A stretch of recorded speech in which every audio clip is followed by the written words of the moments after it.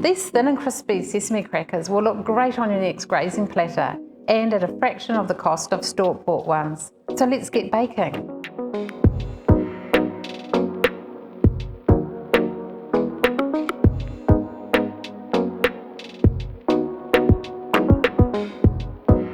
Adding your yeast to the mixing bowl with some honey and warm water just to activate the yeast.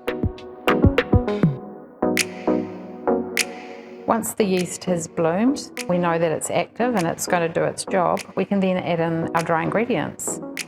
I'm using black and white sesame seeds here and some sesame oil with an extra sesame taste.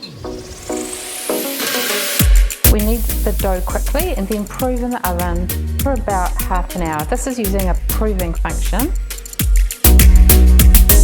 One of the great things with a Smeg stand mixer is it comes with all these attachments. So I'm using the Smeg pasta roller to roll out these crackers really thin.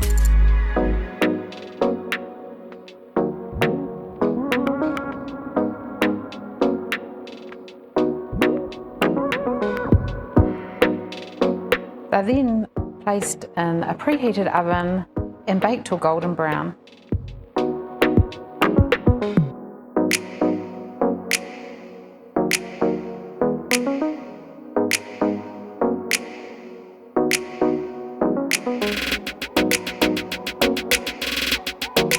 These crackers make a great accompaniment to a grazing platter.